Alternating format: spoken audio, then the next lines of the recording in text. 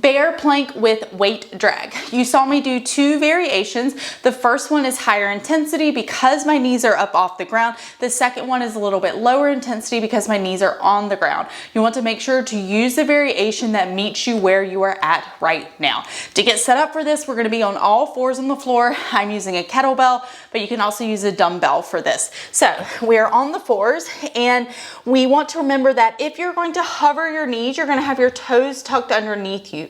Now, whether you're hovering your knees or not, the next steps all stay the same. We're going to exhale, low ribs come back, tension from the bottom up, and we're pushing the ground away from us. So we're not just hanging out on our shoulder joints. We are actively pushing the ground away. We want to make sure that we feel our deep core engaging, and we're going to reach through our body. I want you to have to physically have your arm on the other side of your body. This isn't just reaching to the middle of your body, because part of the challenge of this exercise is keeping our core stable as we reach across. So we're going to reach across, and then you're going to drag the weight through. If you have a kettlebell, you'll just want to flip the handle over. It's a little bit easier with a dumbbell, but it's still totally fine with a kettlebell. Now, you're going to replace your hand back, and then you're going to repeat with the other side. So we want to make sure we're reaching through. So notice my hand is all the way on the other side of my rib cage. I'm not just reaching through to the middle of my chest. I'm going to reach through. As I am pulling across, my goal is that I don't